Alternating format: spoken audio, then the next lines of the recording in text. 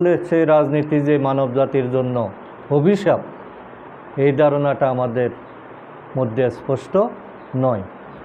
ফলে আমরা কোরআন থেকে সঠিক মেসেজটা আমরা পাচ্ছি না। কিয়ামতের দিনের আন্দোলনে যদি আমরা সক্রিয় হই, তাহলে কোরআন বোঝার হৃদয়টা আমাদের জন্য খুলে যাবে।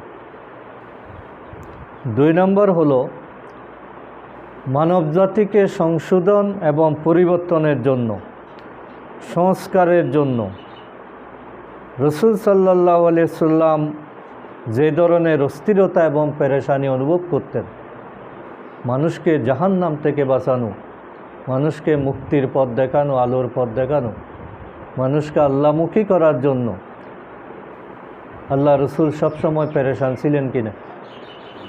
যে পেরেশানির কারণে তিনি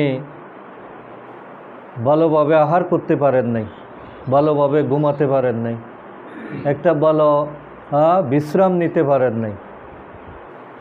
24 ঘন্টা তিনি একটা অস্থিরতা এবং পেরেশানির মধ্যে তার 63 বছরের জীবনটা কাটিয়েছেন।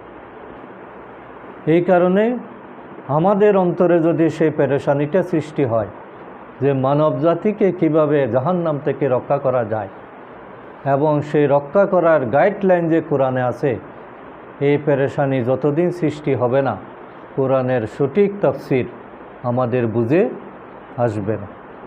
3 নম্বর হলো কোরআন আল্লাহ তাআলার কিতাব, নিজস্ব কোনো মেধা দিয়ে, যোগ্যতা দিয়ে, ক্ষমতা দিয়ে এই কিতাব বুঝে আসেন।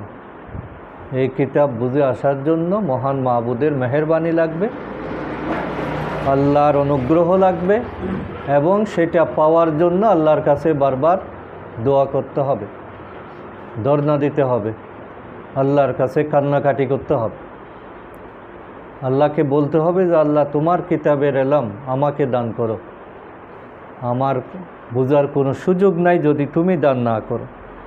এই জন্য কোরআন এই 3টা ধারণা যদি আমাদের অন্তরে বিরাজমান থাকে, 1 নম্বর হলো কিয়ামতের দিনের সক্রিয় থাকা, অর্থাৎ মাঠে ময়দানে সক্রিয় থাকা, কারণ কোরআনটা মাঠের কিতাব, এটা কোনো বই আকারে খানকার মধ্যে, মসজিদে, মাদ্রাসায় একসাথে নাজিল হয় নাই, এটা নাজিল হয়েছে ময়দানে।